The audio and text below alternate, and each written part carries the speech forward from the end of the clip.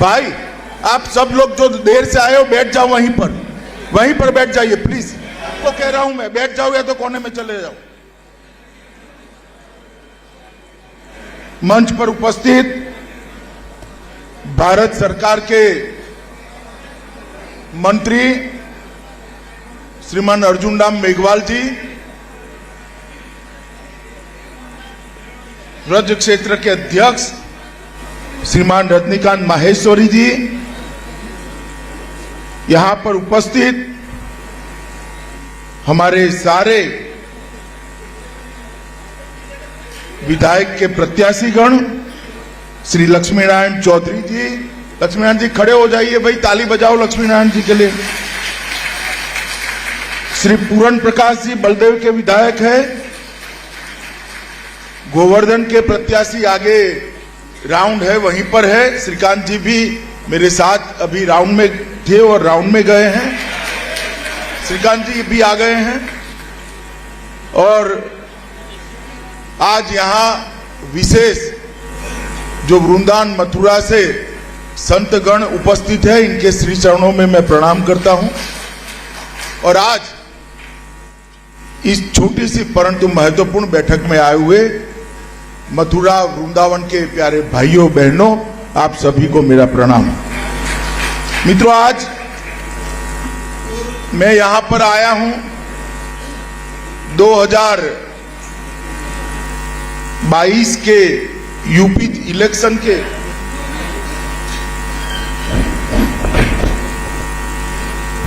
2022 के UP election के हमारे सभी प्रत्याशियों को जिताने की अपील करने आया हूं। क्योंकि कोरोना के कारण चुनाव आयोग ने एक छोटी सी मीटिंगें करने की आचार संहिता बनाई है। भारतीय जनता पार्टी भी आचार संहिता का सम्मान करती है और हम सभी ने तय किया है कि इस प्रकार के संवाद के माध्यम से और संवाद को मीडिया के माध्यम से घर घर पहुंचाकर इस बार चुनाव प्रचार किया है। मित्रों, आज मैं जब मथुरा में आया हूं, ये मथुरा, वृंदावन, गोवर्धन न केवल उत्तर प्रदेश, देश भर के लोगों का श्रद्धा केंद्र है, क्योंकि यही क्षेत्र है जहां पर भगवान श्री कृष्ण ने श्री कृष्ण बनने की प्रक्रिया की शुरुआत करी। कान्हा को श्री कृष्ण बनाने वाला क्षेत्र यही। कहीं पर भी जाते हैं, अगर मालूम पड़ जाएगा, आप देश में कहीं पर भी जाइए, मालूम पड़ जाएगा वृंदावन से आए हैं तो तुरंत बोलेंगे राधे राधे, तुरंत बोलेंगे। और न केवल देश, दुनिया भर के अंदर समर्पण भाव के लिए राधा जी का जो कृष्ण के प्रति समर्पण था, जो भक्ति थी, उसके लिए कृष्ण के आगे भी आज हम राधा का नाम देते हैं, राधे कृष्ण बोलते हैं। और ये भूमि, यही भूमि पर ढेर सारे अत्याचारों को करने वाले कंस का वध भी हुआ। 3 महीने से लेकर 14 साल की आयु तक जितने भी असुरों को भेजा, प्रभु ने इसका संहार भी इस भूमि पर किया और धर्म की स्थापना करने का काम किया था। मथुरा की दिव्यता, भव्यता लौटाना, उसकी आध्यात्मिक ऊंचाई को जरा भी कम करे बगैर उसको आधुनिक से आधुनिक तीर्थ स्थान बनाना, ये भारतीय जनता पार्टी का लक्ष्य। और इस दिशा में 5 साल में ढेर सारे काम हुए, ढेर सारे कदम उठा गए। और मगर मैं इस पर जरा बाद में आऊंगा। सबसे पहले कार्यक्रम के माध्यम से ब्रज क्षेत्र की समग्र जनता को मैं 2 हाथ जोड़कर धन्यवाद करना चाहता हूं, क्योंकि चाहे चुनाव 14 का हो, 17 का हो, 22 का हो, ब्रज के डिब्बे जब खुलते हैं सिर्फ कमल ही कमल दिखाई देता। मैं तीनों चुनाव में भारतीय जनता पार्टी के साथ यहां जुड़ा रहा। 2013 में मैं यहां प्रभारी बनकर आया था। 14 में चुनाव हुआ।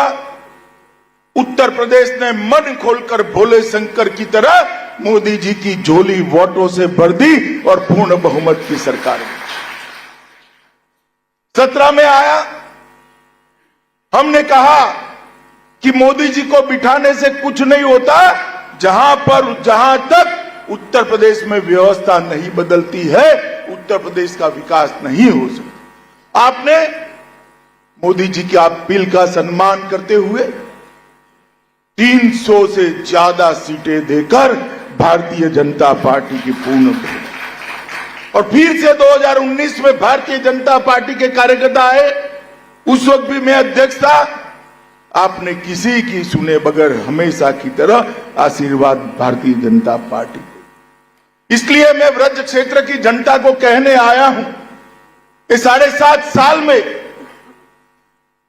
देश और उत्तर प्रदेश में जो परिवर्तन हुआ है, इसका अगर सीधा यश किसी को देना है तो मैं बेझिझक उत्तर प्रदेश की महान जनता को देकर उसका धन्यवाद करूंगा। और इस बार यूपी का जो चुनाव है, मैं आप सभी को कहना चाहता हूं, भाइयों बहनों युवाओं, ये यूपी के चुनाव को विधायक का चुनाव मत समझिए, किसी को मंत्री मुख्यमंत्री बनने का चुनाव मत समझिए। उत्तर प्रदेश का चुनाव आने वाले देश में भारत के भाग्य का निर्णय करने वाला चुनाव, क्योंकि देश के सबसे बड़ा सूबा है। 22 करोड़ से ज्यादा मतदाता अगर विकसित नहीं होता है प्रदेश, तो देश का विकास भी पिछड़ा रहेगा। और अब तो हमारे यहां कहते हैं, नैनिहाल में भोजन करने बैठो और मां परोसने वाली हो तो कोई दिक्कत आती है भाई? खाने में आती है? बताओ। अब यूपी का विकास करना है, आपने वोट भी दिए और मोदी जी भी उत्तर प्रदेश से जीतकर देश के प्रधानमंत्री बने हैं। यूपी वालों को तो दोनों हाथों में लड्डू है। मित्रों, उत्तर प्रदेश का चुनाव आने वाले 5 साल के लिए उत्तर प्रदेश किस पार्टी के हाथ में, किस विचारधारा के हाथ में जाएगा, इसका चुनाव। भारतीय जनता पार्टी की सरकार देखने के पहले उत्तर प्रदेश ने एक लंबे कालखंड तक सपा बसपा सपा बसपा सपा सपा बसपा सरकारें देखी। सपा आती थी, एक जाति का काम करती थी, बसपा आती थी, दूसरी जाति का काम करती थी। कभी भी उत्तर प्रदेश का संपूर्ण विकास का नक्शा किसी ने खींचा ही नहीं। ये तो नरेंद्र मोदी जी के प्रधानमंत्री बनने के बाद, योगी आदित्यनाथ के मुख्यमंत्री बनने के बाद सबका साथ, सबका विश्वास और सबका विकास का सूत्र है।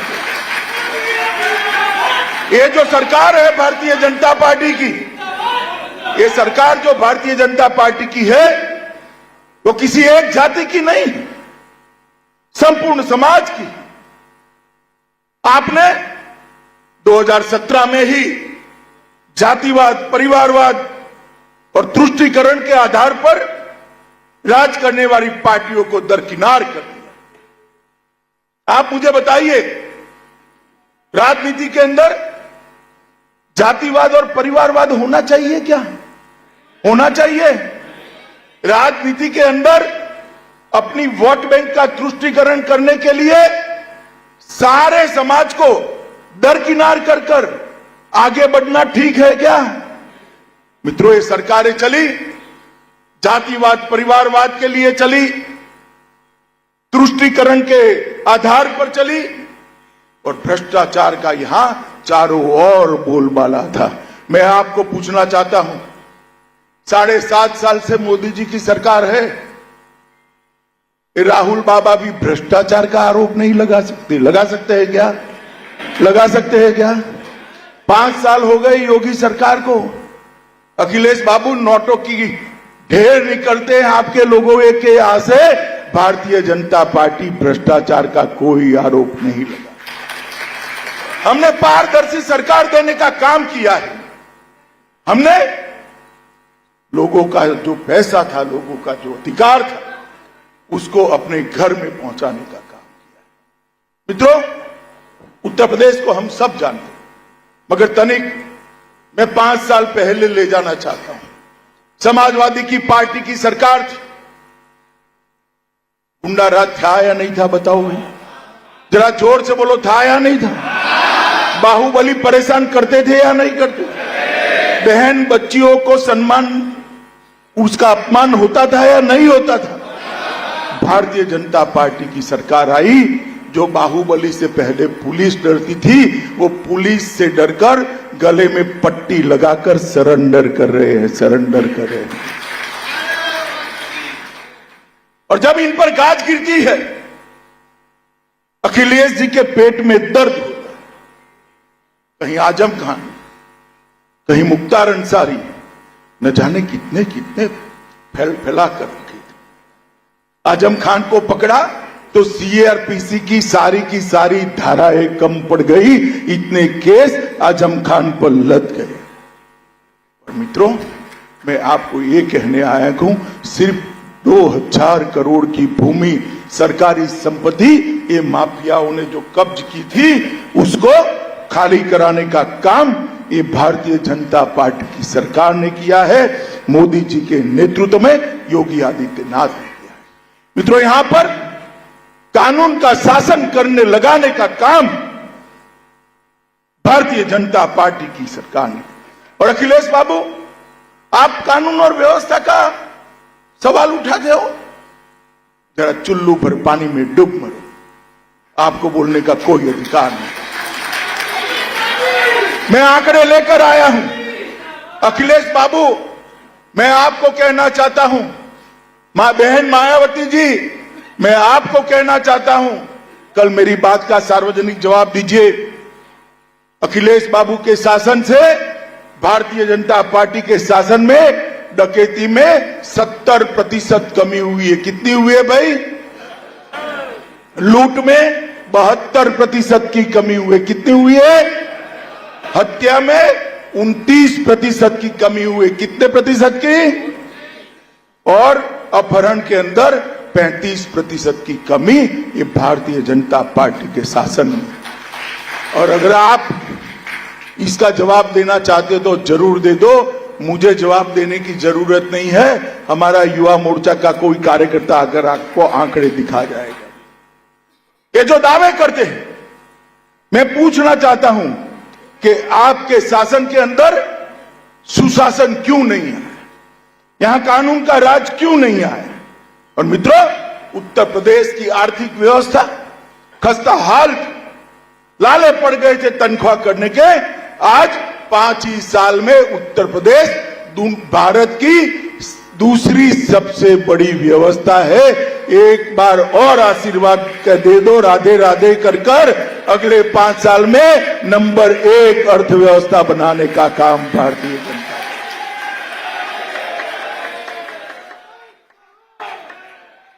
मित्रों, यहां बहुत सारी माताएं बहनें भी बैठी हैं। अब तो बोतल का जमाना आ गया है, परंतु पहले मटकी लेने जाते थे तो मटकी को ठीक से टकोरा लगाते थे या नहीं लगाते थे? जरा जोर से बोलो भाई, लगाते थे या नहीं लगाते? तो ये 100 रुपये की मटकी को टकोरा लगा कर लेते हैं। 5 साल तक जिनको यूपी देना है, इस पर तो एक बार टकोरा लगा देना। और अगर टकोरा लगाओगे तो जवाब नरेंद्र मोदी के नेतृत्व की भारतीय जनता पार्टी पर ही आएगा। मित्रों, कबीर साहब ने बहुत खूब कहा है, कबीर लोहा एक है, गढ़ने में है फेर, ताही का बख्तर बने ताही की शमशीर। लोहा ही होता है, गढ़ने में परिवर्तन हो। यही उत्तर प्रदेश था, यही पुलिस थी, मगर शासन किसके हाथ में है, इसका परिवर्तन है।